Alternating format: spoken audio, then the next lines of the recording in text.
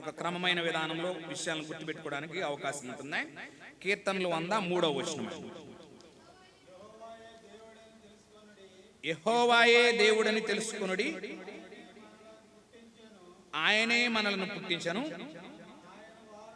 మనము ఆయన వారము. 103వ కీర్తన 100వ కీర్తన 3వ వచనం. అదే చదువుతున్నారా?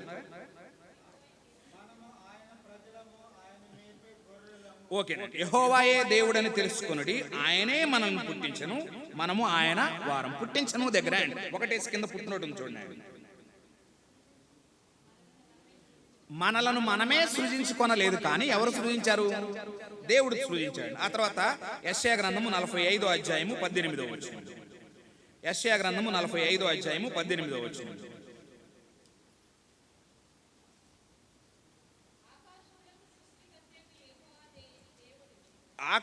ఆకాశములకు సృష్టికర్తయగు యెహోవాయే దేవుడు,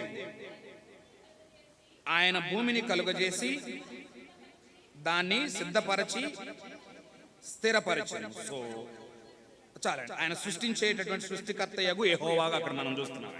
ఆ తర్వాత రెండవది, సృష్టించిన తర్వాత ఆయన విమోచించాల్సినటువంటి అవసరం వచ్చింది. సో ఆయన విమోచించేటటువంటి దేవుడే. దానికి కొన్ని వచనాలు మనం చదువుదాం. యోబు గ్రంథము 19వ అధ్యాయం 25వ వచనం. యోబు గ్రంథము 19వ అధ్యాయము 25వ వచనం.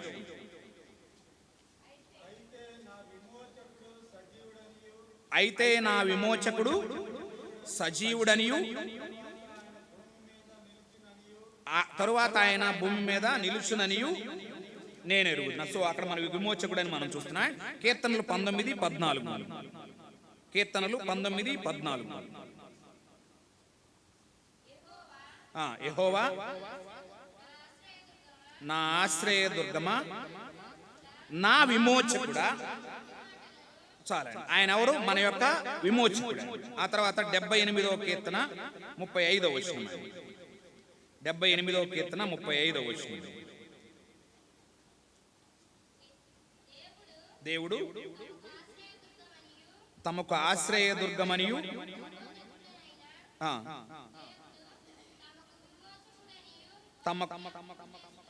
సో మహోన్నతుడైన దేవుడు తమకు విమోచకుడనియు వారు జ్ఞాపకం చేసుకు. ఈ వచనాల్లో ఆయన మనకు విమోచకుడని మనకు అర్థమవుతుంది. ఆ తర్వాత ఆదికాండము 3వ దాని దగ్గరికి వెళ్తే ఆయన మనల్ని తీర్పు తీర్చేటటువంటి దేవుడు, జడ్జ్ చేసేటటువంటి దేవుడే. దానికి కొన్ని వచనాలు చదువుదాం. 18వ అధ్యాయం ఆదికాండము 25వ వచనం. ఆ చొప్పున చేసి, సో దూరమవును గాక, నీతిమంతుని దుష్టునితో సమముగా ఎంచుట నీకు దూరమవు గాక, సర్వలోపమునకు తీర్పు తీర్చువాడు న్యాయము చేయుడా అని. సో ఆయన తీర్పు తీర్చేవాడు. ఇక్కడ సందర్భం ఎక్కడ తీర్పు తీరుస్తున్నాడు? ఆదికాండం 18వ అధ్యాయం, సొదొమ గొమొర్రా. ఆ తర్వాత కీర్తనలు 7వ అధ్యాయం 11వ వచనం. కీర్తనలు 7వ అధ్యాయం 11వ వచనం.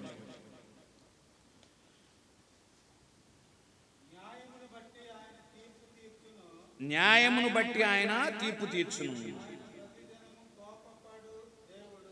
ఆయన ప్రతిదినము కోపపడు దేవుడు. ఎప్పుడో తెలుసా? మానవుడు పతనమైన తర్వాత తన పాపం విషయం పశ్చాత్తాపడకపోతే ఆయన కోపం వస్తుంది. మనకు తెలుసు కదా. సో ఎక్కడనంటే నిదానంగా అర్థం చేసుకున్నాడు. ఆయన ఎందుకు కోపడతాడు, అసలు ఎందుకు జడ్జ్ చేస్తాడు అనేటటువంటి విషయాన్ని. ఆయన ఆదాము అవ్వల్ని దేవుడు సృష్టించిన తర్వాత, ఆదాము అవ్వలు పాపం చేసిన తర్వాత, అంతకుముందు ఆయన వాళ్ళని సృష్టించినటువంటి దేవుడు. బట్ పాపం చేసిన తర్వాత మరలా ఆయన వారి దగ్గరికి వచ్చాడు. వచ్చినప్పుడు ఆయన వాళ్ళకి ఏం చేయాల్సి వచ్చింది అని అంటే ఒకసారి చదువుదాం. సో ఇది చాలా చాలా విలువైనటువంటిదే, మనం మర్చిపోకూడనటువంటిది. 21వ వచనం, ఆదికాండం 3వ అధ్యాయం 21వ వచనం. దేవుడైన యెహోవా ఆదామునకును అతని భార్యకును చర్మపు చొక్కాయిలను చేయించి సో వారికి తొడిగించాడు. మరి ఇందులో విమోచించిన ఏం కనబడుతుంది? ఏం కనబడుతుంది అంటే, చర్మపు చొక్కాయలు రావాలంటే ఎక్కడి నుంచి వస్తాయి? బలి అర్పిస్తే ఏమొస్తుంది? రక్తం వస్తుంది. సో రక్తం చిందింపబడకుండా వీళ్ళ కోసం, ఎవరి కోసం? ఆదామవ్వల కోసం ఆయనే రక్తం చిందించి, వీళ్ళేమో అప్పటి వరకు ఏమి కప్పుకున్నారు? అంజూరపు కచ్చడాలు కప్పుకున్నాయి. కానీ ఇప్పుడు దేవుడు ఏమి వాళ్ళకి కప్పాడంటేనే, సో ఈ చర్మపు చొక్కాలు దేనికి సాదృశ్యం అంటే నిదానంగా గుర్తుపెట్టుకోవడానికి ప్రయత్నించున్నాయి. సో అక్కడ వధించబడినటువంటిది ఏంటి అని అంటే, నెక్స్ట్ వారికి పుట్టినటువంటి పిల్లల దగ్గర నుంచి మనం చూస్తేనే, వారి పిల్లలైనటువంటి కయీను ఏబేలులో కయీను ఏం చేస్తా ఉన్నాడు? ఒక్క నిమిషం. కయీను ఏం చేస్తా ఉన్నాడు? వ్యవసాయం చేస్తున్నాడు. సో ఏబేలు ఏం చేస్తున్నాడు? గొర్రెలు కాపరా. ఎందుకు గొర్రెలు ఎందుకు కాస్తున్నాడు? గొర్రెలు ఎందుకు కాస్తున్నాడు అంటే, అన్న చికెన్ తినేవట్లా, ఇప్పుడు మటన్ తింటానికి అనుకునేరా. విషయం ఏంటి అని అంటే, అప్పటికి మానవుడు నాన్ వెజ్ తింటాం అనేది లేదు. ఎప్పుడు మానవుడు నాన్ వెజ్ తింటాం అన్నది దేవుడు అనుమతించింది? నోహు జల ప్రళయం తర్వాత. అయితే ఇప్పుడు ఎందుకు కాస్తున్నాడు ఈయన? ఇప్పుడు ఎందుకు కాస్తున్నాడు అని అంటే, తల్లిదండ్రులు పాపం చేస్తే దేవుడు అర్పించింది ఏంటి? సో అర్పించాడు. సో ఇప్పుడు నేను గొర్రెలను కాస్తున్నాను అంటే, దేవుడు అర్పించింది కూడా ఏంటి అని అంటే గొర్రెలు. ఆ గొర్రె దేనికి సాదృశ్యం అంటేనే యేసు ప్రభు వారికి సాదృశ్యమే. సో ఆ రక్తం చేత వాళ్ళు విమోచించబడ్డారు, ఆ చర్మం చేత కప్పబడ్డారు. అంటే మనం కూడా యేసు ప్రభు నందు విశ్వాసం ఉంచినప్పుడు ఆయన రక్తంతో మన పాపాలని శుద్ధి చేసి మనకు ఆయన ఏం ధరింపజేస్తాడు అని అంటే క్రీస్తును ధరింపజేస్తాడు. ఆయన మన నీతిగా మనం ధరించుకుంటాం. అది ఆది కాండంలో వాళ్ళ దగ్గర చేశాడు. అయితే వాళ్ళ పిల్లలైనటువంటి వాళ్ళే. ఏబేలైతే గొర్రెలను పెంచుతున్నాడా, కయ్యను పొలంలో పంట పండిస్తున్నాడా. అయితే దేవునికి అర్పించే దగ్గరకు వచ్చినప్పటికీ ఏం జరిగింది అంటే, ఏబేలేమో సో ఏం చేశాడు? ఒక్క నిమిషం. సో మీరు అది చెప్పేవరకు ఎందుకు ఆగానంటే, మనం వాక్యంలో చదువుతాం అన్న. సారీ, ఒకవేళ నేను ఇప్పుడు చదివిస్తున్నప్పుడే సో మీరేం ఫీల్ అవ్వద్దా, మనకు అర్థం అవడం కోసం చదివిస్తున్నాను. చదువుదామండి ఇప్పుడు. సో ఆది కాండం 4వ అధ్యాయము 3-4 వచనాలు చదువుదాం. కొంతకాలమైన తరువాత కయీను పొలము పంటలో కొంత యెహోవాకు అర్పణగా తెచ్చింది. ఏబేలు కూడా తన మందలో తొలిచూలు పుట్టిన వాటిలో క్రొవ్విన వాటిని తెచ్చెను. యెహోవా ఏబేలును అతని అర్పణను లక్ష్యపెట్టెను, కయీనును అతని అర్పణను ఆయన లక్ష్యపెట్టలేదు. ఒక నిమిషం అవుదా. సో ఇందులో శ్రేష్టమైన పదం ఉన్నాయి మనం ఇప్పుడు చదివిన నాలో లేదు.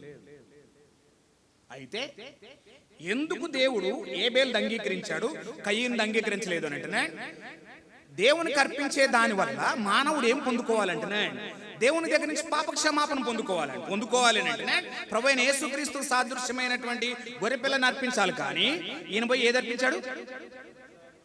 పొలంలో అర్పించాడు. పొలంలో అర్పించిన వాటితో రక్తం రాదు. మనం నెక్స్ట్ చూస్తేనే దేవుడు ప్రేమమయుడు. ఆదామ వాళ్ళ దగ్గరకు వచ్చి ఎట్లొచ్చాడో అట్లే కయ్యను దగ్గరకు కూడా వచ్చాడు. వచ్చి మాట్లాడితేనే వినకుండా ఎక్కడికి వెళ్ళాడు?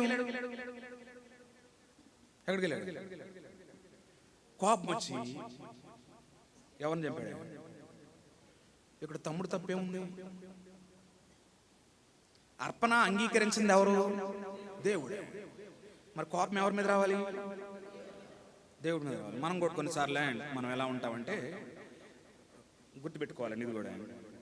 మీటింగ్ అయిన తర్వాత సో తిమోతి అన్న మనకు భోజనం పెడతాడు, అందులో ఏమనుమానం లేదు. అవునా? అందరికి భోజనం పెడతారు కదా, ఓకేనా? భోజనం చేసేటప్పుడు ఏం ప్రార్థన చేస్తాం? ఏమని ప్రార్థన చేస్తాం? ప్రభువా నీవు ఇచ్చిన ఆహారాన్ని బట్టి.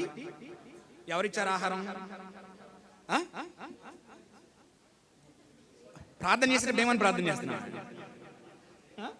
ప్రభువా నీవు ఇచ్చిన ఆహారాన్ని బట్టి నీకు వందనాలు అంటా.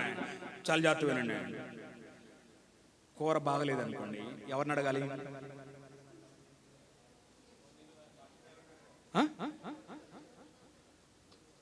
కూర బాగాలేకపోతే ఎవరిని అడగాలి? ప్రార్థన చేసేటప్పుడు ఏమన్నాం? ప్రభువా నీవు ఇచ్చిన ఆహారాన్ని బట్టి నీకు వందనాలు అన్నావా? బాగలేకపోతే మాత్రం ఎవరిని అడుగుతున్నాం?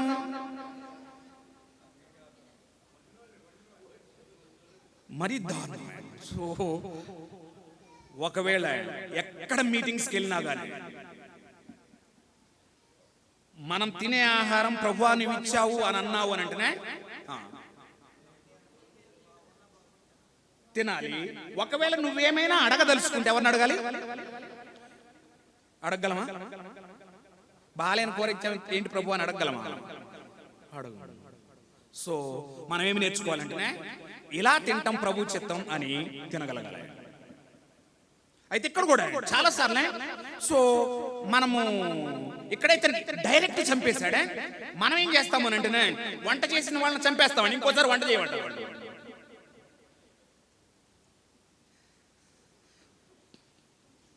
కాకపోతే ఇక్కడ విషయం ఏంటంటే ఏబేలు సరైన మార్గంలో దేవునికి తన పాపాల కోసం అర్పణ అర్పించాడా? కయ్యను సరైన మార్గంలో అర్పించాడు. అక్కడ కానీ మనం కానీ జాగ్రత్తగా చూస్తేనే దేవుడు ప్రేమామయుడేనా, దేవుడు కరుణామయుడేనా, ఆయన జాలి గలవాడేనా. బట్ నువ్వు పాపం విషయంలో సరిగా కానీ వ్యవహరించకపోతేనే చివరికి కయ్యను ఏమైపోయాడంటే దేశదిమ్మరైపోయాడు. దేశదిమ్మరైపోయాడు. ఇలా మనం చూసుకుంటూ వెళ్తేనే తర్వాత అక్కడ ఒక వంశావళి ఉంటుంది, 4వ అధ్యాయం చివరి చూస్తాడు. అసలు ఆ వంశావళి గాని మనకు వివరించబడితేనే బాబు ఇలా అయిపోయారా అనిపిస్తుంది. సరే, సో దేవుడు ఆయన పెట్టినటువంటి విధానంలో మానవుడు తన పాప క్షమాపణ నిమిత్తం వ్యవహరించకపోతేనే దేవుడు అసహించుకునే ఆ పాపం విషయంలో మనం దేవునితో సరిగా వ్యవహరించబడకపోతేనే, అందుకే బైబిల్లో మనకు బాగా గుర్తుండే వచ్చింది ఏమనంటేనే అతిక్రమములను దాచిపెట్టువాడు వర్ధిల్లడు. ఇప్పుడు నా ప్రశ్న ఏంటంటే మనలో అతిక్రమాలు లేని వాళ్ళు ఎవరు? ఎన్నిటిని ఒప్పుకుంటున్నాం అసలు దేవుని దగ్గర? ఎన్నిటిని ఒప్పుకుంటున్నాం? ఒప్పుకోవట్లేదు. సో అయితే దేవుడు మనలో ఉన్నటువంటి పాపాలు వీటన్నిటి కారణం చేత ఆయన ఆశీర్వదించలేడా? మనలో ఉన్నటువంటి వీటన్నిటిని తీసివేయటానికే దేవుడు రకరకాల పరిస్థితులు పెడతా ఉంటాడా? ఈ పెట్టినప్పుడు మనం ఆయనకు సహకరించే వాళ్ళంగా ఉండాలి. ఒకవేళ మనం కానీ సహకరించలేదు, మనం మామూలు కయ్యను చూసామా ఏమైపోయాడు? దేశదిమ్మరి. సో ఆత్మీయ జీవితంలో మనం అలాంటి వాళ్ళం అవుతాం. ఇప్పుడు బైబిల్ గ్రంథంలో ఉన్న కొన్ని ఉదాహరణలు మనం చూద్దాం. చాలా బెస్ట్ ఎగ్జాంపుల్స్. సో చాలా చాలా విలువైనవి. మనకు తెలుసా, బాగా తెలిసినటువంటి ఆయన బైబిల్ గ్రంథంలో యోబు.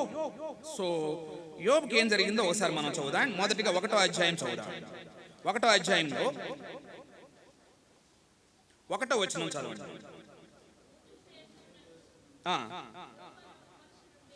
యోబు అను ఒక మనుష్యుడుండెను. అతడు యథార్థవర్తనుడును న్యాయవంతుడునై దేవుని యందు భయభక్తులు కలిగి చెడుతనమును విసర్జించిన వాడు. ఆయన గురించి ఇదే. అయితే ఒక్క రోజులో ఏమైంది? ఒక్క రోజులో మొత్తం ఏమైంది? పోయింది. ఎట్లా పోయింది? ఎట్లా పోయింది? ఎవరు అనుమతించారు?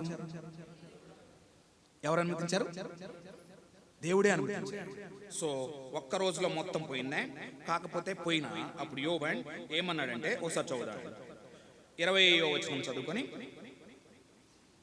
1వ అధ్యాయం 20వ వచనం. అప్పుడు యోబు లేచి తన పై వస్త్రమును చింపుకొని తల వెంట్రుకలు గొరిగించుకొని నేల మీద సాష్టాంగపడి నమస్కారం చేసి ఇట్లా ఎక్కడ సాష్టాంగపడి నమస్కారం చేసి దగ్గర ఇంగ్లీష్ లోనే అక్కడ ఏమని ఉంటుంది అంటేనే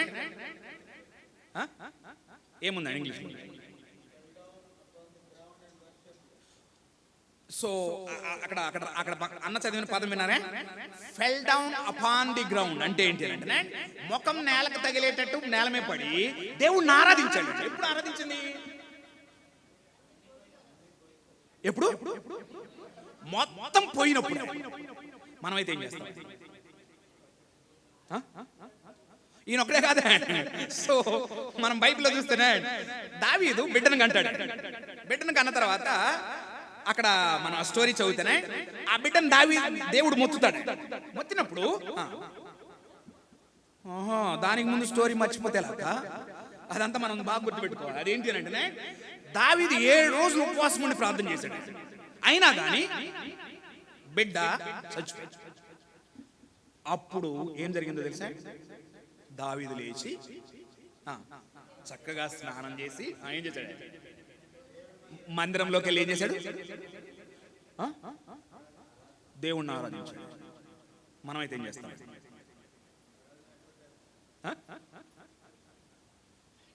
మనమైతే ఏం చేస్తాం? మందిరం అయిపోయి చూడదు.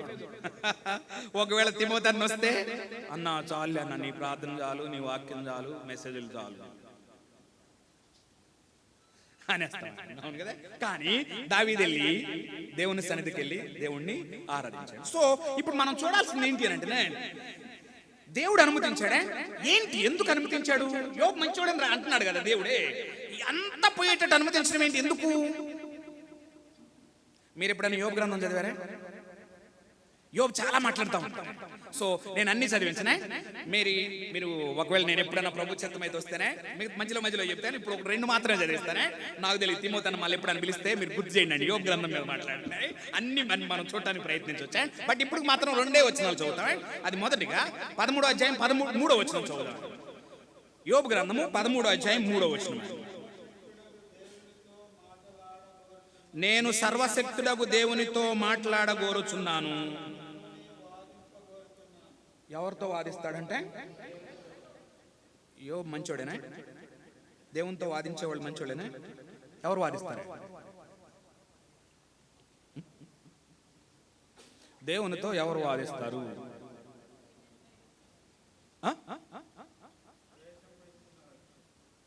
అసలు వాదన ఎప్పుడు వస్తుంది? అసలు మామూలు ఇద్దరి మధ్య వాదన అనేది ఎప్పుడు వస్తుంది? నేను రైట్ అన్నప్పుడే. పని ఈయన వాదిస్తుంది ఎవరితో? మరి ఎవరు రైట్? ఇప్పుడు ఎవరు రైట్? యోబు నేను రైట్ అంటాడు. సో రైట్ అని ఎవరితో వాదిస్తాడంట? మామూలు విషయం కాదు. దేవుడు అంటే భయపడ. అవును కదా? కానీ ఈయన ఏమంటున్నాడంటే నేను ఎవరితో వాదిస్తాడంట? ఇంకో వచనం చదువుతాడు. 23వ అధ్యాయం 3-4 వచనాలు. 23వ అధ్యాయము ఆయన నివాస స్థానం వద్ద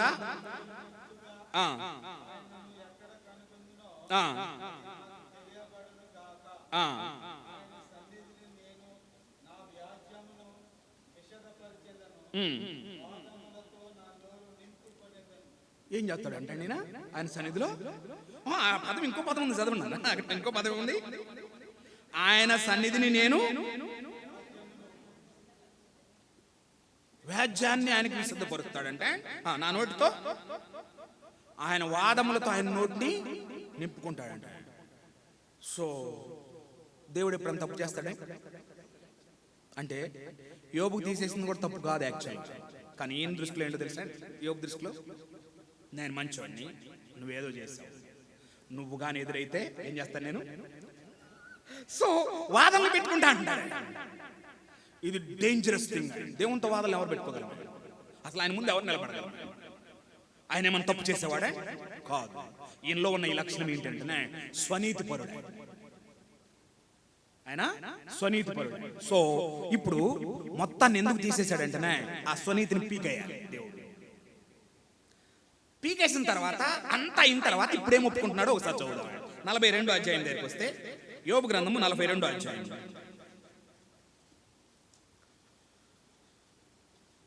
42వ అధ్యాయం దగ్గరికి వస్తేనే సో నిదానంగా మనం చదవడానికి ప్రయత్నిద్దామే. సో 42వ అధ్యాయం మొదటి నుంచి చదువుదాం. అప్పుడు యోబు యెహోవాతో ఇలాగు ప్రత్యుత్తరం ఇచ్చాను, నీవు సమస్త క్రియలను చేయగలవనియు నీవు ఉద్దేశించినది ఏది నిష్ఫలము కాలేదనియు. ఏం తెలుసుకున్నాడే? మొత్తం తీసేసింది కూడా నిష్ఫలం కాదు అని ఇప్పుడు తెలుసుకున్నాడంటే. ఆ తర్వాత జ్ఞానము లేని మాటల చేత ఆలోచనను ఎన్ని మాట్లాడాడే. ఇప్పుడేమంటున్నాడంటే జ్ఞానం లేని మాటల చేత ఆలోచనను నిరర్ధకం చేయు. వీడెవడు అంటేనే ఎవరిని అనుకుంటున్నాడు? ఆయన అనుకుంటున్నాడు. ఆ తర్వాత అలాగున వివేచన లేనివాడనైన నేను ఏమీ నెరుగక నా బుద్ధికి మించిన సంగతులను గూర్చి మాట్లాడి తిని నేను మాట్లాడగోరుచున్నాను. దయచేసి నా మాట ఆలకించుండి. ఒక సంగతి నిన్ను అడిగేదను, నాకు తెలియజెప్పు. వినికిడి చేత నిన్ను గూర్చిన వార్త నేను వింటిని. అయితే ఇప్పుడు నేను కన్నులారా నిన్ను చూచుచున్నాను. ఆగండి, ఇప్పుడు ఎలా మాట్లాడాడు? ముందు ఒప్పుకున్నాడు. నెక్స్ట్ ఇప్పుడు ఎక్కడికి వచ్చాడంటే ఎప్పటి వరకు చాలా జాగ్రత్తగా యోబు జస్ట్ దేవుని గురించి విన్నాడు. ఇప్పుడు ఏ అనుభవంలోకి వచ్చాడు? కన్నులారా. సో కన్నులారా చూసే అనుభవం దగ్గరికి యోబుని తీసుకురావాలి. మనమే యోబు గ్రంథం చదివినప్పుడే చివరిలో ఉన్నటువంటి దాన్ని తీసుకొచ్చి అది ఆశీర్వాదం అనుకుంటాం. కానీ యాక్చువల్గా యోబు పొందుకున్నటువంటి గొప్ప ఆశీర్వాదం ఏంటి అని అంటే విన్నటువంటి తను అప్పటి వరకు వినేటటువంటి వాడే ఇప్పుడు ఏ అనుభవంలోకి వచ్చాడు? చాలా చాలా విలువైనటువంటి. ఇక్కడ కూర్చున్న మనమే మేబీ ఏ దుబాయ్ గురించో ఏ న్యూయార్క్ గురించో దేని గురించో వినొచ్చు. బట్ చూస్తే ఎలా ఉంటుంది తెలుసా? ఏముంటుంది? అందులో ఉన్నాయి కొన్ని మనం పొందుకోవచ్చు. అక్కడికి వెళ్ళి మనం కానీ చూసామనుకోండి మన స్థాయిలో మనం పొందుకుంటాం. అయితే యోబు అసలు చూసే అనుభవం ఎట్లా వస్తుందో మనం చూద్దాం. బైబిల్లోనే మత్తయి సువార్త 5వ అధ్యాయంలోనే ఏముంటది అంటే ఎవరు చూసే అనుభవంలోకి వస్తారంట? ఒకసారి చదువుదాం. మత్తయి సువార్త 5వ అధ్యాయము వచనం చదవండి. 8వ వచనం. హృదయ శుద్ధి గలవారు ధన్యులు, వారు దేవుని చూశారు. సో ఇప్పుడు యోబు యొక్క హృదయం ఎలా శుద్ధి అయింది చెప్పండి?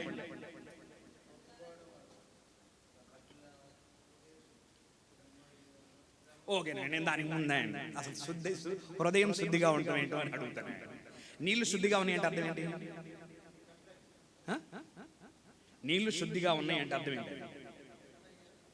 అందులో ఏమీ లేకుండా క్లీన్గా ఉంటాం. సో హృదయం శుద్ధి అవటం ఏంటనే హృదయంలో ఏమీ లేకుండా దేవునికి మాత్రమే స్థానం. సో ఈయనకున్నవన్నీ ఎందుకు తీశాడు తెలుసా? అవన్నీ ఎక్కడి నుండి? హృదయంలో. ఇప్పుడు అవన్నీ తీసేసేటప్పటికి హృదయం ఏమైపోయింది తెలుసా? శుద్ధి చేయబడిన అనుభవంలోకి వచ్చిందా? ఎవరిని చూశాడు? దేవుని చూశాడు. ఎంత గొప్ప ఆశీర్వాదం! అది మాత్రమే కాదు, నెక్స్ట్ ఏం జరిగింది అని అంటే ఏం కోల్పోయాడో భౌతికంగా అవన్నీ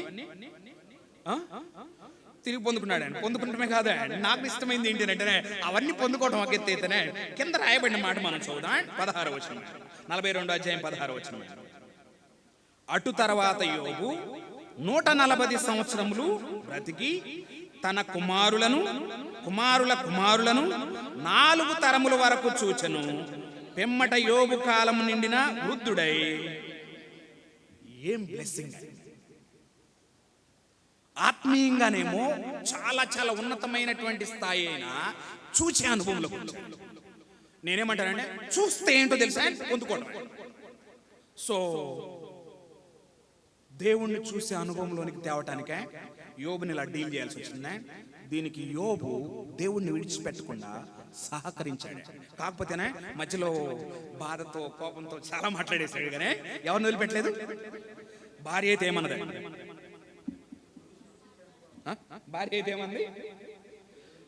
ఏం దేవుడు దూషించి చావు, అవును కదా. కానీ యోబు దేవుణ్ణి వదిలిపెట్టలేదు. మరి మన క్రైస్తవ జీవితంలో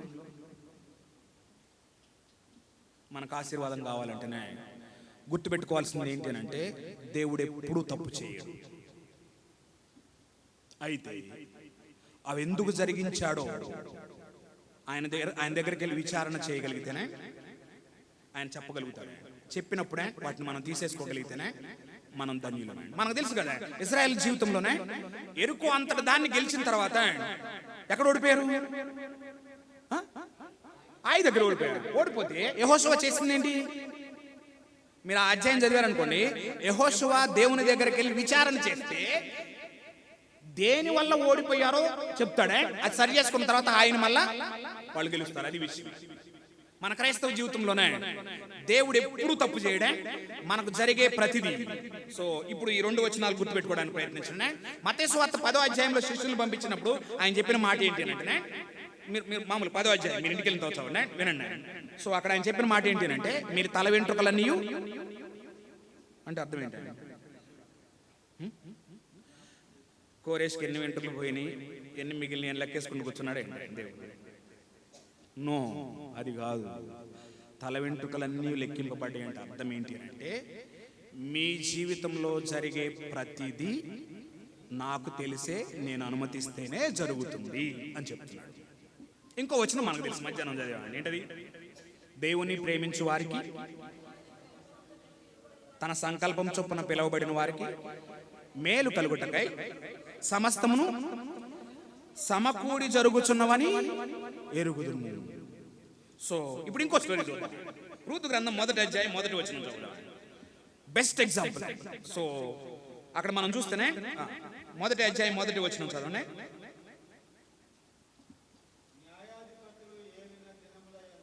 న్యాయాధిపతులు ఏలిన దినములందు దేశంలో కరువు కలగగా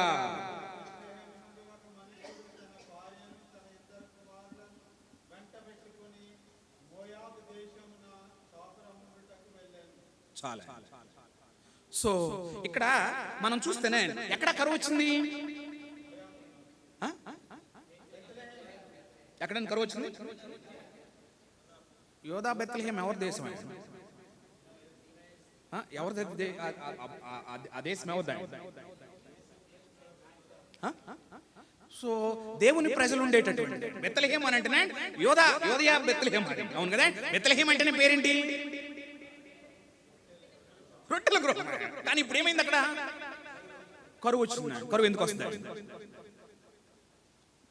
బైబిల్ చదివే మనం అన్నిటిని అర్థం చేసుకోవడానికి ప్రయత్నించాలి. కరువు ఎందుకు వస్తుంది అని అంటేనే ఒకసారి చదువుదాం. ఎహెజ్కేలు గ్రంథం 24వ అధ్యాయం 13వ వచనం. ఈ వచనం రాసి పెట్టుకోండి. కరువు వచ్చింది. ఎక్కడ వచ్చింది అని అంటే, యోదయ బెత్లెహేం, మామూలుగా ఆ యోదయ ప్రాంతంలో వచ్చింది. వచ్చినప్పుడు బెత్లెహేం నుంచి వీళ్ళు మోయాబు వెళ్ళారు. అది స్టోరీ. అయితే కరువు ఎందుకు వస్తుందో ఒకసారి చదువుదాం. ఎహెజ్కేలు గ్రంథం 24:13.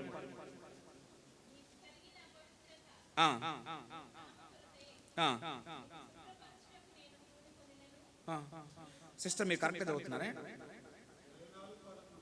కరెక్టే ఉందా? ఒక్క నిమిషం అండి. చదవండి మళ్ళా.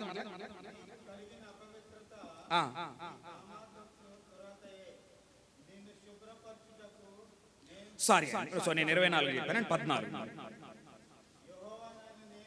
నిదానంగా చదువుదాం. అందరం గుర్తుపెట్టుకోవాల్సిందే. ఎందుకు కరువు వచ్చింది అని అంటే ఆన్సర్ అదే. యెహోవానైన నేను మాట ఇచ్చి ఉన్నాను, అది జరుగును.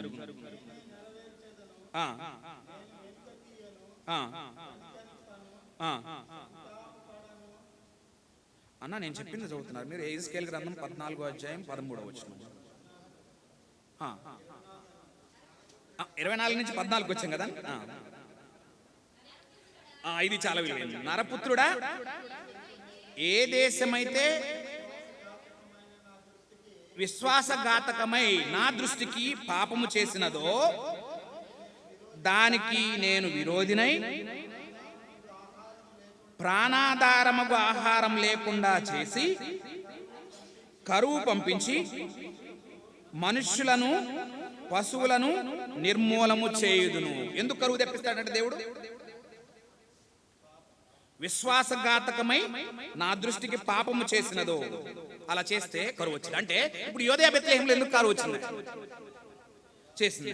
సో ఇప్పుడు కరువు వస్తే ఏం చేయాలి వీళ్ళు? ఈ మాట గ్రహించిన వాళ్ళుగా, ఓకే మనం ఏదో దేవునికి విరోధంగా చేశాము, అవన్నీ దేవుని దగ్గరకు వచ్చి సరి చేసుకోవాల్సిందే. కానీ వీళ్ళు ఎక్కడికి వెళ్ళారు? మోయాబు. అసలు ఆ పదం అంటేనే దేవునికి అస్సలు ఇష్టం. అక్కడ పోయారు. పోయిన తర్వాత ఏం జరిగింది? పోయింది ఎవరో తెలుసు కదా? ఎవరు? ఎవరే? నయోమి అను తన భర్త. కానీ అక్కడ పోయిన తర్వాత ఏం జరిగింది అని అంటేనే, ఎవరు దాని పేరు? భర్త చనిపోయాడు. సో ఇప్పుడు పరిస్థితి ఏంటి? ఎవరు ప్రజలు వీళ్ళు? మీకోసం తెలుసా? అలా చనిపోవటం ఎవరు చేశారో తెలుసా? ఒకసారి చదువుదాం. రూతు గ్రంథము 1వ అధ్యాయము 15వ వచనం నుంచి చదవండి. ఆమె వాళ్ళతో మాట్లాడినప్పుడు ఏం చెప్పిందో మనం చూద్దాం. 20 ఓకే 15, 16 చదవండి. వరుసలో చదువుదామా? అయితే మనం అక్కడ తర్వాత వెళ్దాం, కానీ నేను ఒక మాట చదువుతాను, జాగ్రత్తగా వినండి. 19వ వచనం. వారు బెత్లెహేమునకు వచ్చినప్పుడు ఆ ఊరి వారందరూ వారి యొద్దకు గుంపు కూడి వచ్చి, ఈమె నయోమి గదా అని అనుకొనుచుండగా 20వ వచనం. ఆమె, సర్వశక్తుడు నాకు చాలా దుఃఖము చేసిన గనుక నన్ను నయోమి అనక మారా అనుడి. నేను సమృద్ధి గనదాననై వెళ్ళితిని, యెహోవా నన్ను రిక్తులారిగా తిరిగి రాజేసను. మీరు నన్ను నయోమి అని పిలువనేలా? యెహోవా నా మీద విరుద్ధముగా సాక్ష్యము పలికెను, సర్వశక్తుడు నన్ను బాధపరిచెను అని. ఆ బాధపరిచిన ఇంగ్లీష్ లో ఏముంటుంది తెలుసా? హార్ష్లీ డెల్ట్ విత్ మీ అని ఉంటుంది. ఎవరితో అంటే అర్థం ఏంటి తెలుసా? మరి మీరు కడప వాళ్ళు అలాంటి అటువైపు అయితేనే, మనం వైపు భాష వాడంగానే దేవుడు ఏం చేశాడంటేనే వాళ్ళని లేపేసి.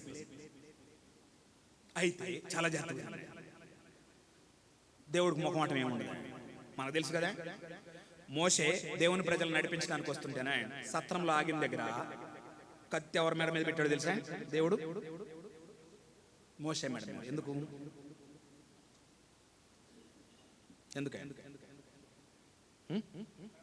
దాని తర్వాత ఆమె ఏం చేస్తుందో అది అర్థమైతే అర్థం చేసుకుంటే అది అర్థమవుతుంది. ఆమె కొడుకు సున్నతి చేయించలా. ఎప్పుడు సున్నతి చేయించిందంటేనే మోషే మెడ మీద కత్తి పెట్టినప్పుడు. వీళ్ళని మరీ దారుణంగా దేవుని ప్రజలు, మోయాబు శపించబడింది, అక్కడికి వెళ్ళకూడదు, కరువు వచ్చిందని అక్కడికి వెళ్ళారా? అయితే 5-6 వచనాలు చూస్తే జాగ్రత్త, 5-6 వచనాల్లోనే మళ్ళా దేవుడు ఆహారం కలుగు చేశాడని తెలిసిన తర్వాత తిరిగి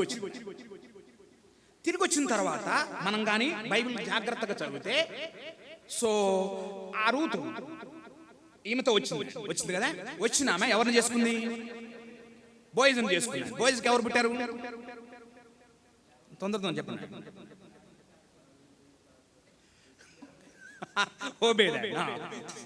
అయితే మీకు తెలుసా, రూతు యొక్క పేరు ఎవరు వంశావళిలో ఉంది? ఆమె ద్వారా భూమి మీదకి ఎవరు వచ్చారు? ఎప్పుడో తెలుసా? ఇంకా మోయాబు దేశంలోనే కానీ ఉండుంటే ఇల్లు కూడా అయిపోయాయి. కానీ ఈమె లోబడి మరలా బెత్లెహేముకు వచ్చింది. అందుకని రూతు ఆశీర్వదించబడింది. యేసు ప్రభువు వారి వంశావళిలో ఆమె పేరుంది. ఆమె ఎవరు యాక్చువల్గా? మోయాబు. బట్ బెత్లెహేముకు తిరిగి రావటాన, ఆయన పెళ్లి చేసుకోవటానా, యేసు ప్రభువు వారు వచ్చేటటువంటి వంశావళిలో ఉన్న వాళ్ళని ఆమె కన్నదా. ఆమె ద్వారా ఎవరు వచ్చారు? యేసు ప్రభువు వారు వచ్చారు. మన జీవితంలోనే దేవుని చేత ఆశీర్వదించబడాలి అని అంటే మనకి దేవునికి అడ్డుకున్నటువంటి మన స్వయం కావచ్చు, మన స్వనీతి కావచ్చు, మనలో కొన్ని లక్షణాలు ఉంటాయి. ఏ లక్షణాలు తెలుసా? నేను మాట అంటే పడను. మరి యేసు ప్రభువారు ఒక్క మాట అంటే చెప్పండి ఎన్నంటాం? 100 అంటాం. ఇవన్నీ తీసేయడానికే దేవుడు పరిస్థితులు పెడతాడు. పెట్టినప్పుడే ఆయన దగ్గరకు వచ్చి ఆయనకు విరోధంగా ఏమున్నాయో ఒప్పుకోవటం కానీ లోబడటం కానీ మనం నేర్చుకోగలిగితేనే అవి తీసేసి మనల్ని ఆశీర్వదించేవాడిగా ఉంటాడు. ఒకవేళ ఆ రూతు ఆ నయోమితో ఆమెతో కానీ రాకపోయి ఉండింటేనే ఈ రోజున ఆమె గురించి అసలు మనం మాట్లాడుకునే వాళ్ళమే. అవును కదా. యోబు కానీ దేవుని విడిచిపెట్టిపోయి ఉంటే భార్య చెప్పినట్లే ఈ రోజు యోబు గురించి అసలు మనం మాట్లాడుకునే వాళ్ళమే కాదు. అవును కదా. పేతురు గురించి, పేతురు అంత ప్రయాసపడ్డ చేపలు దొరకకపోతే ఆయన మాటకు లోబడటానా ఆశీర్వదించబడ్డాడు. అవును కదా. ఈ రోజున క్రైస్తవ జీవితంలోనే ఇక్కడ కూర్చున్నటువంటి మనము నాలో దేవునికి నచ్చనివి అసలు లేవు అని ఎవరని చెప్పగలం? మనలో ఎవరని చెప్పగలం? ఎవ్వరూ చెప్పగలం. అయితే ఆ నచ్చని వాటన్నిటిని ఆయన ఏం చేయాలి? తీసివేయాలి అని అంటేనే పొద్దున మేము చూసామా. సో సహోదరుల మధ్య సమాధానం ఉండాలంటేనే మనలో మనం ఉప్పు సారం కలిగి ఉండాలి. ఉప్పుకి సారం ఎలా వస్తుంది అని అంటే ఇప్పుడు ఆ వచనం దగ్గరికి వెళ్దామండి. మార్కు సువార్త 9వ అధ్యాయము 49వ వచనమే. సో బ్రదర్స్ విన్నవాళ్ళు ఆన్సర్ చెప్పొద్దండి, సిస్టర్స్ చెప్తారే, మనం తొందరలోనే ముగించుకుంటామండి. సో నేను ఎక్కువ విసిగించిన. మార్కు సువార్త 9వ అధ్యాయము 49వ వచనం. ప్రతి వానికి ఉప్పు సారము అగ్ని వలన కలుగును. చాలా ఉప్పుని అగ్నిలో వేస్తే ఏమైంది అన్నా, నేను సిస్టర్స్ని అడుగుతాను చెప్పాను కదా, వాళ్ళే కదా వంట అవన్నీ అన్ని చేసేది.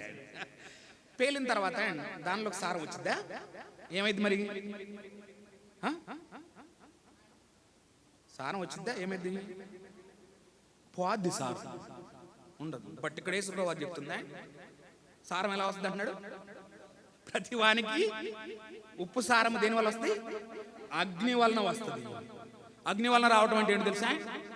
సో మనలో మనం సారం లేని వారంగా జీవిస్తుంటే దేవుడు ఇప్పుడు ఏం చేయాలంటేనే ఆ సారం లేకుండా జీవిస్తున్నటువంటి ఆ పరిస్థితులు ఇవన్నీ ఏవైతే మనలో ఉన్నాయో అవి తీసేయడానికే రకరకాల పరిస్థితులను పెడతా ఉంటాడు. ఈ పరిస్థితుల్లోనే సో మనం ఏం చేయటం నేర్చుకోవాలంటేనే, పేతురైతే మీకు కలుగుచున్నటువంటి అగ్ని వంటి శ్రమలను చూసి మీకేదో వింత జరుగుతుందని మీరు అనుకోవద్దు అంటాడు. మామూలు మాట కాదు.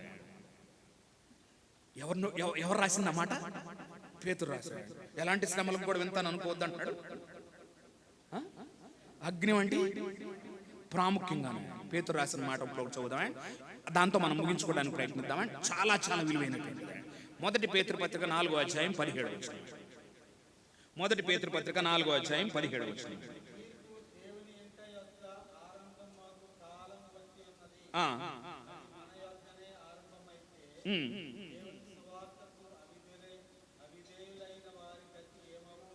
సో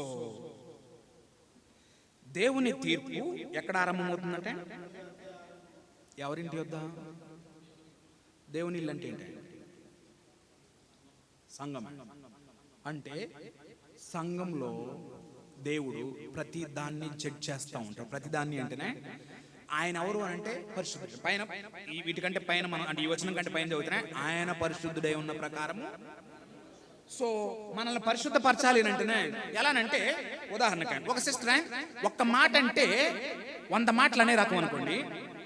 సో ఒకవేళ కొంచెం ప్రసాద్ అన్న ఆమెను కూర్చోబెట్టి, చాలా జాగ్రత్త వినండి, కూర్చోబెట్టి అమ్మా అలా అనకూడదు అని చెప్తే మానేసిద్దా? మరి ఎప్పుడు మానేది చెప్పండి?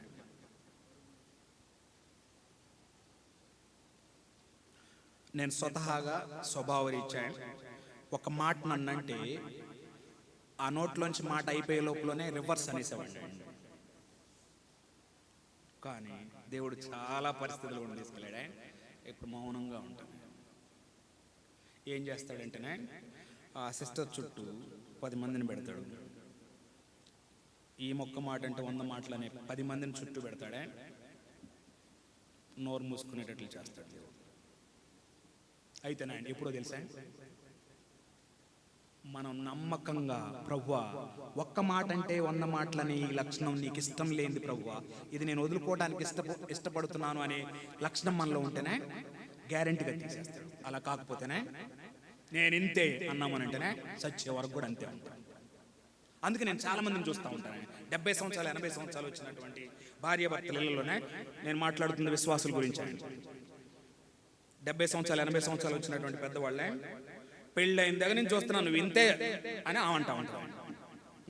ఆమె ఈయన ఈమెమంటున్నాడు, ఆయనేమో ఆమెను అంటున్నాడే. ఇప్పుడు రివర్స్ లో నేను చూస్తున్నాను. మరి ఇన్ని సంవత్సరాలు ఏమైనట్టు, ఏం మారినట్టే? మార్పు లేదా? సో మార్పు లేకుండా ఇలానే రండి నా దగ్గర అనగలడా ప్రభు? అనలేడు. సో ఈ భూమి మీద ఉన్న జీవిత కాలంలోనే ఎవరైతే సృష్టించినటువంటి దేవుడు, విమోచించేటటువంటి దేవుడు నిన్ను నన్ను ఆశీర్వదించాలని ఏ ఏ విషయాలైతే జడ్జ్ చేస్తా ఉన్నాడో వాటన్నిటిని ఒప్పుకొని విడిచిపెడితేనే ఆయన చేత ఆశీర్వదించబడిన వారంగా ఉంటామే. ఆయన అలా కాని పక్షంలోనే అదేగా మనం చదువుకున్నమాట, అతిక్రమంలో దాచిపెట్టేవాడు. సో లోకంలోనే ఒక అబద్ధాన్ని కప్పిపుచ్చడానికి ఏం చేస్తూ ఉంటారు? మరి సంఘంలో ఏం చేయాలి?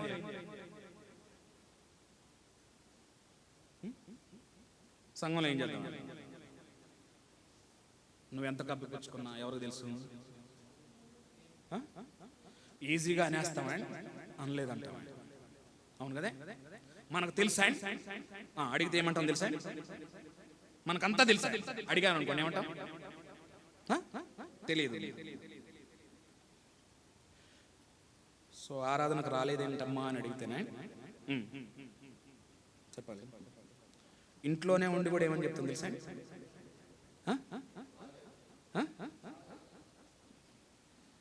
సో బ్రదర్స్ తెలుసా మీరు ఆన్సర్ లేదు. కొన్నిసార్లు ఫోన్ చేస్తే ఫోన్ దగ్గరే ఉంటారు, ఇంట్లోనే ఉంటారు, పిల్లలతో లేరని చెప్పిస్తారు. అవును కదా? ఇవన్నీ మీకు తెలుసో తెలియదా? దేవునికి అసహ్యం.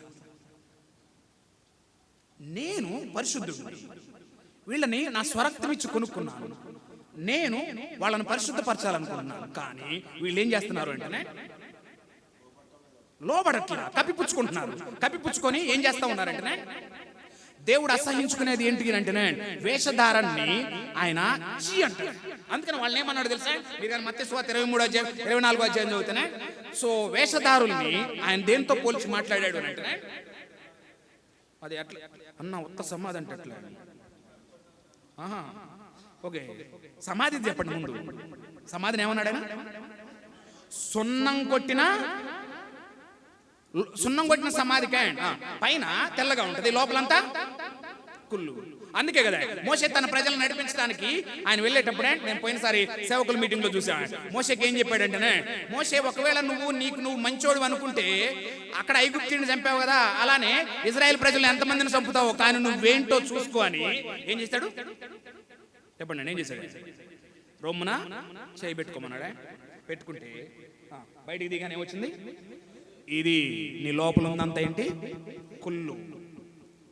నువ్వు మంచోడు అనుకున్నావు, నువ్వు మంచోడివి కాదు. నువ్వు మంచోడు అనుకున్నావో నా ప్రజలను పాడు చేస్తావు. నువ్వు మాత్రం మంచోడివి కాదు. అందుకే నూతన నిబంధనలోనే పౌలు ఆయన ఏమని ఒప్పుకుంటాడంటే, నా యందు మంచి లేదు, పాపులలోకెల్లా మనమే.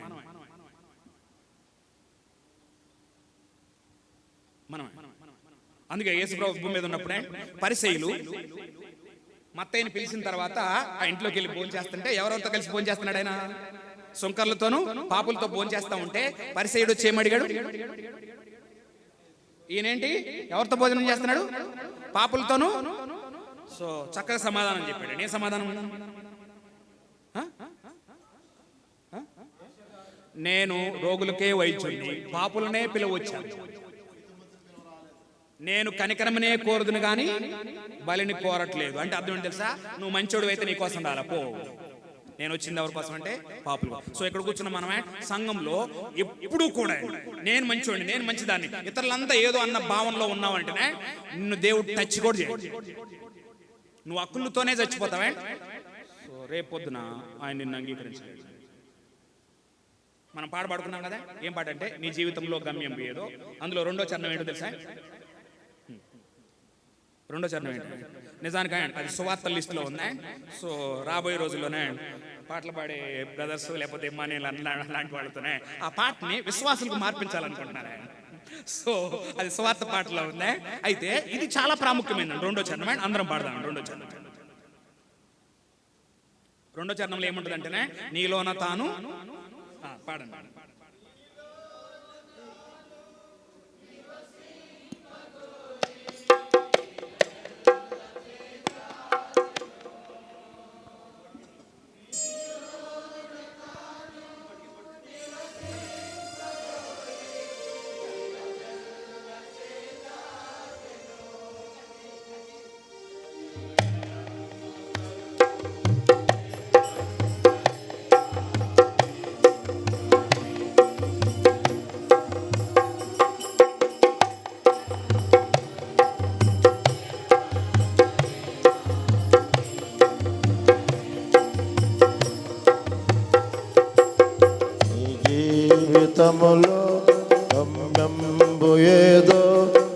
ఒకసారి యోచించవా, నీవు యేసు కొరకు నీ హృదయమర్పించవా. ఈనాడు నీవు యేసు లేక నీ హృదయమర్పించవా. సో ఆయన కోరిక ఏంటో తెలుసా? నీలో నాలో ఆయన నివసించాలనుకున్నాడు. అయితే మనం ఒకసారి ఆలోచిద్దాం. పాత నిబంధన చదువుకుంటూ వచ్చినటువంటి మనమే సో పాట పాడేటప్పుడు అండ్ మన కీర్తనలో మన పాటల పుస్తకంలో ఒక పాట ఉంటుంది. ఏమనంటే మరి పశువులు శాలలో లేకపోయినా, అంజూరపు చెట్లు ఉయ్యకపోయినా, ఫలించకపోయినా సో పాట పాడతాం. నూతన నిబంధన విశ్వాసమైనటువంటి మనమే గొప్ప ఆశీర్వాదం ఏంటి అంటే ఆయన వచ్చి మనలో నివసించకోరుతా ఉన్నాడు. అయితే ఒకింట్లో ఎవరైనా వచ్చి నివసించాలి అని అనుకున్నారనుకోండి, కొన్ని సంవత్సరాలుగా ఆ ఇల్లు వాడట్లేదు, ఆ ఇంట్లోకి ఒకళ్ళు వచ్చి నివసించాలి అనుకున్నారు, ఏం చేస్తారు? ముందు మొత్తం ఏం చేయాలి? శుభ్రంగా క్లీన్ చేయాలి. అవును కదా? అవసరమైతే యాసిడ్తో క్లీన్ చేయాల్సి ఉంటుంది. అవును కదా? అవసరమైతే కొన్నిసార్లు మామూలుగా చాప్తో గీరాల్సి ఉంటుంది, మామూలుగా పారతో మామూలుగా నరకాల్సి ఉంటుంది. ఎన్నో విధాలకు దాన్ని క్లీన్ చేయాల్సిన అవసరం ఉంది. సో ఈరోజు బాప్తిజం తీసుకున్న వారు గుర్తుపెట్టుకోండి, ఇప్పటి వరకు మనం ఎక్కడున్నాం? బాప్తిజమానికి ముందు లోకంలో ఉన్నాం. ఇప్పుడు ఎక్కడ చేర్చబడ్డాం? సో యేసు ప్రభువును అయిపోలా.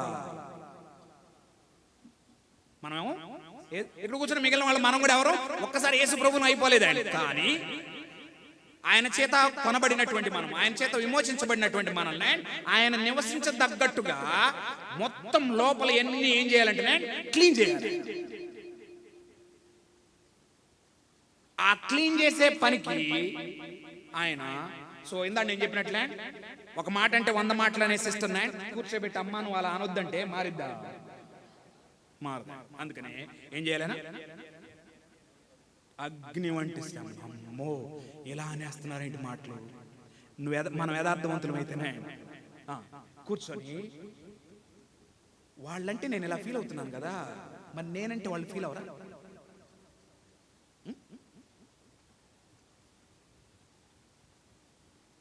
అనే స్పృహలోకి తెస్తాడు. ఆ తర్వాత సో 100 మాటలన్నా ఏమీ మాట్లాడకుండా మౌనంగా ఉండేటట్లు చేస్తాడు. ఆ లక్షణం ఎవరిది? దేవుని. అంటే ఎవరి లక్షణాన్ని పొందుకుంటున్నాం? అలా అన్ని ఏరియాస్లో ఈ భూమి మీద జీవితకాలం ఉండగానే ఆయన ఏ ఏరియాస్లో అయితే మనం సరిగలేమో వాటన్నిటిని సరి చేయడానికే ఆయన అనుమతించిన వాటన్నిటిని ఒప్పుకొని ఆయనకు సహకరించగలిగితేనే మనము ఆశీర్వదించబడిన జీవితం జీవిస్తాం. అది అంటే మనలో ఎవరు నివసించడానికి అవకాశం ఉంటుంది? ఓకేనండి. సో చివరిగానే బాప్తిజం తీసుకున్నటువంటి వారు ఇక్కడ కూర్చున్న మనం అందరము ఒక చిన్న విషయాన్ని గుర్తు చేసుకొని మనం ముగించుకున్నాం. మన జీవితంలో మనము ఇలాగున దేవుని చేత ఆశీర్వదించబడటానికి ఆయన తీర్పు తీర్చే వాటన్నిటిని ఒప్పుకొని విడిచిపెట్టి సరి చేసుకొని సో ఆయన చేత ఆశీర్వదించబడిన జీవితం జీవించడానికి బదులే ఒక విధమైనటువంటి మోసంలోకి సాతాను నెడతాడే. ఆ మోసంలో పడకుండా ఉండటానికి యేసుప్రభువు వారు మాట్లాడిన ఒక్క వచనాన్నే ఒక 5 నిమిషాలు చూసి మనం ప్రార్థన చేసుకుందాం. అది మత్తయి సువార్త 9వ అధ్యాయము, మత్తయి సువార్త 9వ అధ్యాయము 16వ వచనం. ఎవరైనా తీసిన వారు ఒకటి చదవండి. ఎవడును అంటే నేను ఇది ఎందుకు చదివిస్తానంటే పైన పరిసేయుడు ఒకటి అడిగాడు, ఏది మీ బోధకుడు పాపులతో వాళ్ళతో భోజనం చేస్తున్నాడు. ఆ తర్వాత యోహాను శిష్యులు వచ్చి మీ శిష్యులు ఏంటి ఉపవాసం ఉండలేదని అడిగాడు. ఇప్పుడు యేసుప్రభువు చెప్తున్నాడు అండి. అయితే మొట్టమొదటి మాట్లాడిందా పైన పరిసేయులు మాట్లాడిన దానికంటే దాన్ని మాత్రమే నేను చెప్తున్నాను. ఎవడును పాత బట్టకు క్రొత్త బట్ట మాసిక వేయుడు, వేసిన ఎడల ఆ మాసిక వెలితిపరచును. ఓకే, అయితేనే ఇక్కడ కొంచెం చిన్న కరెక్షన్ అవుతుంది, నేను చెప్తాను, మార్చుకొని రాసుకోవడానికి ప్రయత్నించండి. ఏమని అంటేనే ఎవడును పాత వస్త్రమునకు అని ఉండాలండి, బట్ట కాదు, ఓల్డ్ గార్మెంట్ అని ఉంటారు. సో పాత వస్త్రమునకు అని రాసుకోండి. అంటే అర్థం ఏంటి అంటే, ఇప్పుడు నేను ఈ చొక్కా ఉందా, ఇది పాతదైంది, కొత్తది ఎప్పుడు ఇది కుట్టించినప్పుడు. చాలా జాగ్రత్తగా. సో నెక్స్ట్ ప్రశ్న ఏంటి అంటే, ఈ కుట్టించక ముందు ఇదేంటి?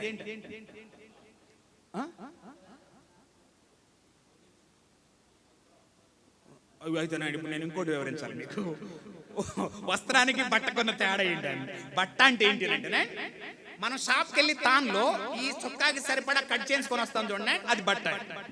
వస్త్రం అంటే ఏంటి అంటే, మనకి ఎలా కావాలో అలా కట్ చేయించుకొని స్టిచ్చింగ్ అయిన తర్వాత వస్త్రమే. ఆ కుట్టిన రోజు కొత్తగా ఉంటుంది కానీ ఆ తర్వాత ఏమైంది, ఇది పాతది.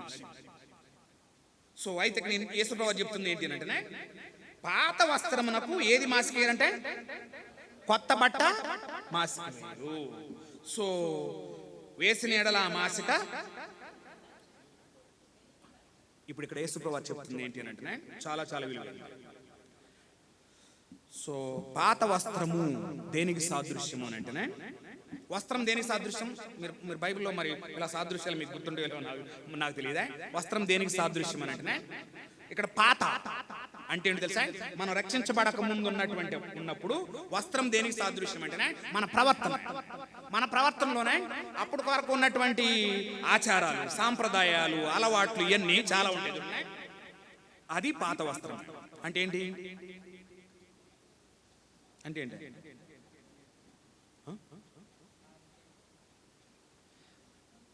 అంటే యేసుప్రభువుని నమ్ముకోకముందు మనకు కొన్ని అలవాట్లు ఉన్నాయి, కొన్ని సాంప్రదాయాలు ఉన్నాయి, కొన్ని ఆచారాలు ఉన్నాయి, కొన్ని అలవాట్లు ఉన్నాయి. సో ఒకసారి ఒక యవనస్తుడే, అన్న నా పెళ్ళి ఎంగేజ్మెంట్ అన్న, మీరు వాక్యం చెప్పాలి రామన్నాడు. తమ్ముడు నాకు కొన్ని తెలుసు, అలాంటివి ఉంటే నేను రాలేను అన్న, వాళ్ళకి చెప్పేశాను అన్న. సో తీరా వెళ్ళి కూర్చున్న తర్వాత సంఘ పెద్దలు బొందులు అంటారు. నేను వచ్చిన బ్యాక్గ్రౌండ్ నుంచి అవన్నీ ఏంటో నాకు బాగా తెలుసు. ఈ బొందులు మామూలుగా దాని ఏమంటారు, పచ్చ బియ్యం వేస్తారు, ఈ చేతులకు అవి కట్టాయి, ఇవి కట్టాయి, కొబ్బరికాయకి రకరకాల పసుపు సైపు, ఇవన్నీ ఏంటి? ఇలాంటివి చాలా ఉన్నాయి, అవును కదా? సో అలాంటి ప్రవర్తన ఉన్నటువంటి నీవు ఇప్పుడు కొత్త బట్ట అంటున్నాడు. కొత్త బట్ట దేనికి సాదృశ్యమో తెలుసా? చాలా జాగ్రత్తగా. సో ఇందాక చెప్పాను కదా, వస్త్రం అవ్వక ముందు ఉన్నంత వరకు అది బట్ట.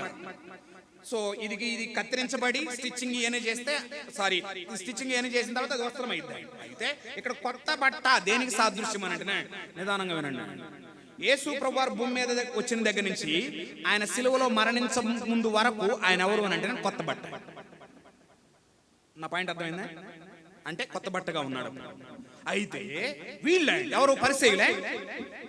వాళ్ళకున్నటువంటి పాత ఆచారాలు, పాత కట్టుబాట్లు, సాంప్రదాయాలు అవన్నీ పాటిస్తూ యేసు ప్రభువు చేసినట్లు చేయాలి అని ప్రయత్నించడం. యేసు ప్రభువు జీవించినట్టు జీవించాలి, యేసు ప్రభువు ప్రేమ చూపించినట్టు చూపించాలి, యేసు ప్రభువు చేసినట్టు అన్ని చేయాలి అని ప్రయత్నించడం. అయితే మనం ఏం చేయాలంటేనే, పాత వస్త్రాన్ని పూర్తిగా ఏం చేయాలి? తీసి పడేసి ఏది ధరించుకోవాలి? కొత్త వస్త్రాన్ని ధరించుకోవాలి. కొత్త వస్త్రం అంటే ఏంటి అంటే, యేసు ప్రభువు మరణించి తిరిగి లేచిన తర్వాత, అంతకుముందైతే ఆయన బట్టగా ఉన్నాడు కానీ ఇప్పుడు ఆయన మరణించి తిరిగి లేచి ఏమయ్యాడు? వస్త్రమయ్యాడు. ఆయన ధరించుకోవాలి. సో నా క్రైస్తవ జీవితంలోనే నేను ఒక బ్యాక్గ్రౌండ్ నుంచి వచ్చిన వాడిగా యేసు ప్రభువుని నమ్ముకున్న తర్వాత నాకు చాలా బాధ కలిగిన విషయం ఏంటి తెలుసా? సంవత్సరాల తలబడి చర్చిలకు వెళ్తున్నాం, దేవుని వాక్యం వింటున్నాం, ఈవెన్ ప్రసంగాలు చేస్తున్నాం, పాటలు పాడుతున్నాం, సువార్త చెప్తున్నాం అన్న మనమే పాత ఆచారాలు, పాత విధానాలు, పాత కట్టుబాట్లు, పాత సంప్రదాయాలు ఇవన్నీ ఎందుకు చేస్తున్నారంటే, ఎవరి కోసం చేస్తున్నారంట? ఎవరి కోసం చేస్తున్నారు? యేసు ప్రభువుని నమ్ముకున్న మనమే పాత వస్త్రం మొత్తాన్ని ఏం చేయాలి? తీసి పడేయాలి. సో మనకు తెలుసు కదా స్టోరీ, తప్పిపోయిన కుమారుడు తిరిగి వచ్చాడు. వచ్చినప్పుడు దేవుడు ఏం చేశాడు? ఆ వస్త్రాన్ని తీసి పడేసి ఏ వస్త్రాన్ని ఇచ్చాడు? ఆ వస్త్రం ఎవరంటేనే మన నీతిగా క్రీస్తును ధరించుకుందాం. మన నీతిగా ఎవరిని ధరించుకున్నాం? క్రీస్తుని అలా ధరించుకుంటేనే దేవుడు ఏం చేస్తాడు తెలుసా? మనల్ని చూడ్డు, మనం ధరించుకున్నటువంటి నీతిని చూస్తాడే. ఆ నీతిని చూసి ఈ బిడ్డ దేవుని దృష్టిలో ఎవరు అంటేనే ఇంకా ఆయన అంగీకరించకపోవటం అన్నది ఉండదు. ఇది పైదే. అయితే లోపల ఏంటి అని అంటేనే, సో మనకు తెలుసు ఆ తప్పిపోయిన కుమారుడు తిరిగి వచ్చాడే, పై వస్త్రం అయితే మార్చబడ్డది, మరి లోపల మార్చబడే. ఈ లోపల మార్చడానికే ఆ తర్వాత వచ్చినటువంటి ఆ ఉపమానంలో మనం చూస్తే ఏది పాత వస్త్రానికి కొత్త బట్ట మాసిక వేయడం అని చెప్పిన తర్వాత నెక్స్ట్ దానిలో ఆయన మాట్లాడింది ఏంటి అంటే, పాత తిత్తులలో కొత్త ద్రాక్షారసం పోయారు, పోస్తే ఏమైంది? సో ద్రాక్షారసం దేనికి సాదృశ్యం అని అంటేనే, సాదృశ్యాలు మీకు గుర్తుండే చెప్పండి. ద్రాక్షారసం దేనికి సాదృశ్యం చెప్పలే? సంతోషాన్ని ఇవ్వడానికి. ఇంకా గట్టిగా చెప్పండి అమ్మా, నాకు అర్థం కాలేదు. ఓకే, రక్తానికి. ఓకేనే, మనం బలలో పాలు పంచుకునేటటువంటి ద్రాక్షరసం. ఓకేనే. సో అయితే బైబిల్లో ద్రాక్షరసము రకరకాల వాటికి సాదృశ్యం. బట్ ఇక్కడ దేనికి సాదృశ్యం అని అంటేనే, ద్రాక్షారసము జీవానికి సాదృశ్యం. అంటే ఏం చేస్తాడు అని అంటే, పైన నీతిగా ఆయన పాత వస్త్రాన్ని తీసేసి క్రీస్తుని మనకు ధరింపజేస్తాడే, నూతనమైనటువంటి వస్త్రంగా ఆయన మన నీతిగా మనం ధరించుకుంటాం. లోపల మారలా, ఇంకా ఆ లోపల మారటానికి ఆయన ఏం చేస్తూ ఉంటాడంటే, ఆయనలో ఉన్నటువంటి జీవాన్ని మనకిస్తా ఉంటాడు. ఆ జీవాన్ని మనకివ్వటంతో ఏం చేస్తూ ఉంటాడు అంటే, లోపల ఉన్నటువంటి స్వభావాన్ని మారుస్తూ ఉంటాడు. లోపల ఉన్నటువంటి ఈ రెండూ జరగాలి. పైనేమో ఆయన వస్త్రంగా ధరించుకోవాలి, లోపల ఆయన ఇచ్చేటటువంటి జీవంతో మన స్వభావం మార్చబడటము అనేది జరగాలి. ప్రాముఖ్యంగా ఈ స్వభావం మార్చడానికే మనం పాట పాడతాం కదా, ఆ పాటలోనే చక్కటి అర్థం ఉంటుంది. పరమాజీవము ఒకసారి పాడండి.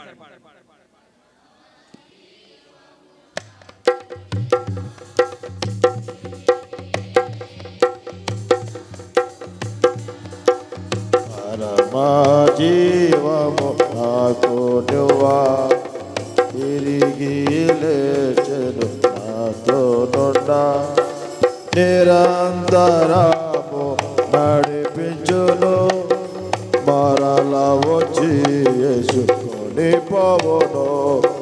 నిరంతరము నడిపించును, మరల వచ్చి యేసుకొని పోవును. యేసు చాలును, యేసు చాలును, సమయమైన ఏ స్థితికైనా నా జీవితములో యేసు చాలును. సో ఇప్పుడు నేనే చెప్పబోయేది ఏంటంటే, మనకి మీటింగ్ అయిన తర్వాత భోజనాలు ఉన్నాయి. ఒకవేళ సగం మందికి సరిపోలేదే, ఈ పాట పాడుకుంటూ వెళ్తామా?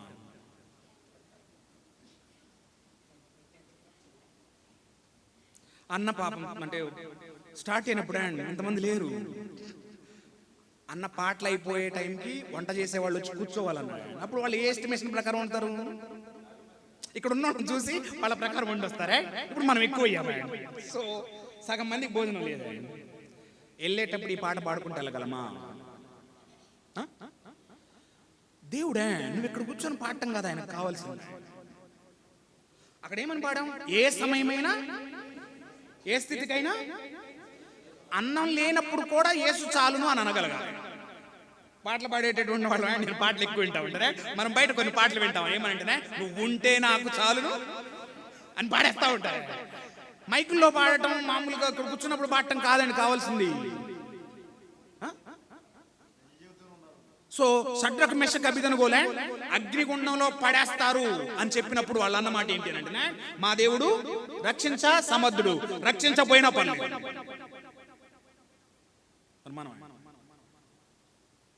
మనం ఎలా చెప్పగలగాలంటే, అన్నా నువ్వు సాయంత్రం మీటింగ్ పెట్టావన్నా, భోజనాలు ఉన్నాయని చెప్పావు, భోజనాలు లేకపోయినా పర్లేదు, మేము మీటింగ్కి వస్తాం. వెళ్ళేటప్పుడు ఏం పాట పాడుకుంటా వెళ్ళాలి? నువ్వుంటే చాలు నేసే అని పాడుకుంటూ పోవాలి. అది క్రైస్తవ జీవితం. సో మన క్రైస్తవ జీవితంలోనే పైకి క్రీస్తుని వస్త్రంగా ధరించుకొని లోపల ఆయనని, ఆ జీవం కూడా ఎవరు? నేనే జీవం. గొర్రెలకు జీవం ఇచ్చుటకును అది సమృద్ధిగా కలుగుటకును నేను వచ్చాను. ఆయన సమృద్ధి అయిన జీవం. అంత కలగటం మాత్రమే కాదని ఆయన మాట్లాడింది మాట ఏంటో తెలుసా? నా యందు విశ్వాసం ఉంచు వాని కడుపులో నుండి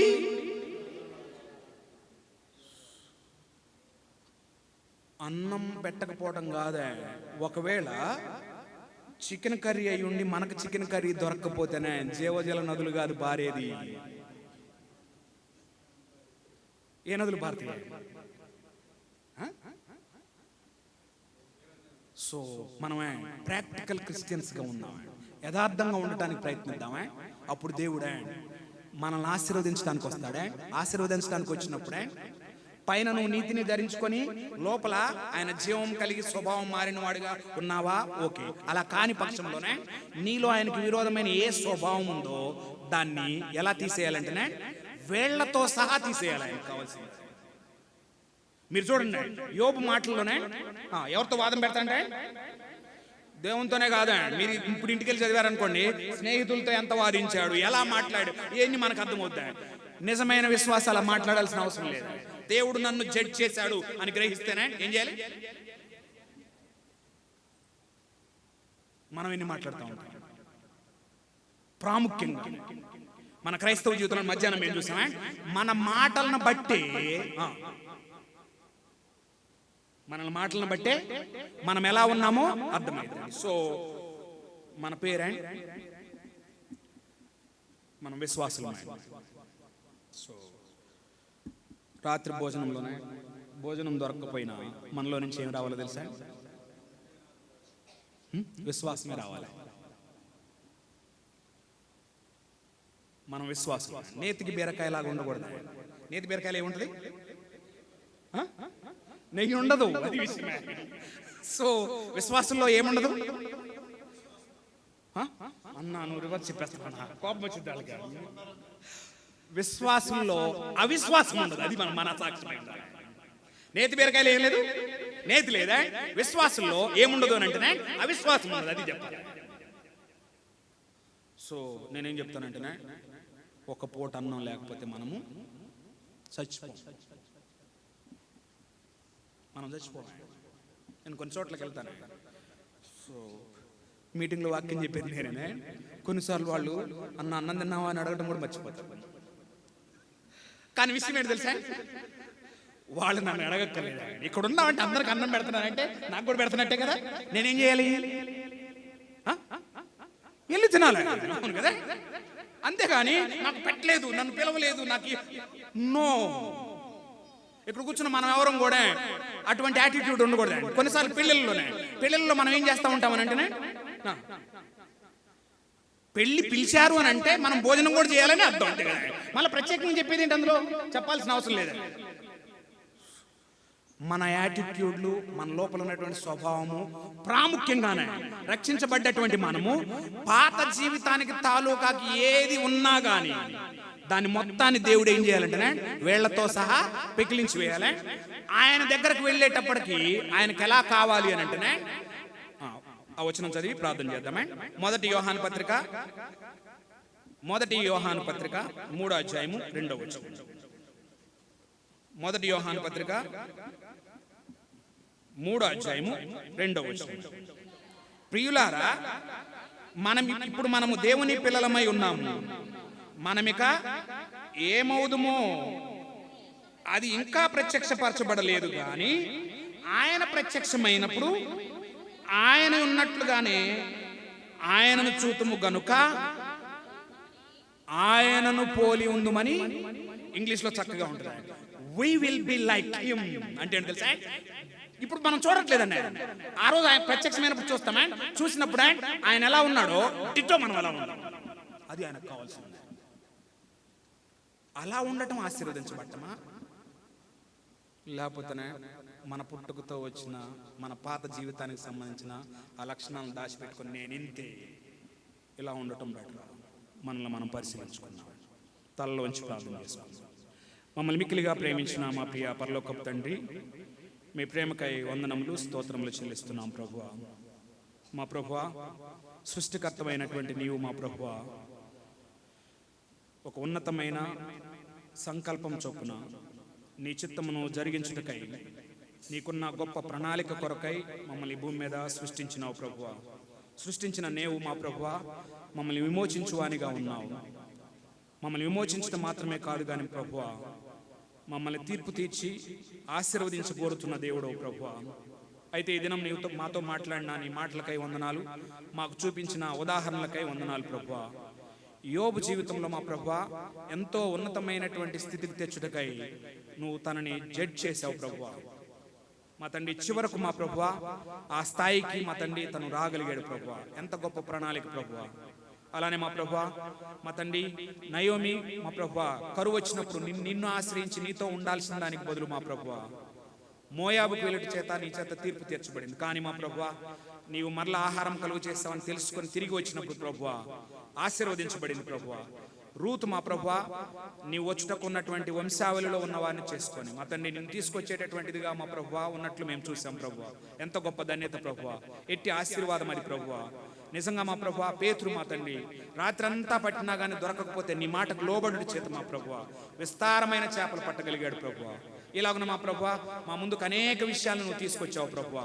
అయితే ప్రభువా మేము సంఘంలో ఉంటున్నప్పుడు మా తండ్రి మాకు మేమే మంచోళ్ళమని పరిచయుల్లాగా ఉండక మా ప్రభువా మా తండ్రి మేము రోగులమని పాపులమని ఎల్లప్పుడూ నిన్ను ఆశ్రయిస్తూ మా ప్రభువా నీ చోత పరిశుద్ధపరచబడుచు నీవు కోరినట్లు ప్రభువా నీ వద్దకు వచ్చినప్పుడు నీ వలే మార్చబడేటటువంటి అనుభవంలో ఉండటకు మాకు సహాయం చేయండి ప్రభువా. అందుకే మా ప్రభువా మా పాత వస్త్రానికి కొత్త బట్టను మాసిక వేయక మా ప్రభువా పాత వస్త్రం అంతా తీసివేసి మా ప్రభువా కొత్త వస్త్రాన్ని మేము ధరించుకున్నటకు మాకు సహాయం చేయండి. మా తండ్రి బయటకు నేను నీతిగా ధరించుకోవటం మాత్రమే కాక మా ప్రభువా మా లోపల మా ప్రభువా మా స్వభావం మారుటకై నిన్ను జీవంగా పొందుకునేటటువంటి అనుభవంలోనికి మమ్మల్ని తీసుకురండి ప్రభువా. తద్వారా మా ప్రభువా ఒక దినాన్ని మేము నీ ఎదుటికి వచ్చినప్పుడు ప్రభువా నిన్ను నీతిగా ధరించుకున్నటం మాత్రమే కాక లోపల మా తండ్రి నీ స్వభావమును కలిగిన వారంగా నీ ఎదుట నీవలే నిలబడేటటువంటి గొప్ప భాగ్యమును మేము కలిగి ఉంటామని మాకు వివరించినందుకు నీకు వందనాలు ప్రభువా. అటు జీవితాన్ని జీవించుటకై నీకు లోబడుట నీ యొక్క తీర్పునకు మా తండ్రి సహకరించుట మాకు నేర్పించమని తద్వారా మా ప్రభువా నీ చేత ఆశీర్వదించబడి అనేకులకు మాదిరిగా ఉండే జీవితాలు మాకు దయచేయమని మమ్మల్ని మీ చేతులకు అప్పజెప్పుకొనొచ్చు మా ప్రభువును మా రక్షకుడైన యేసుక్రీస్తు పరిశుద్ధ నామంలో అడిగి వేడుకొనుచున్నాం తండ్రి. ఆమేన్. ఆమేన్.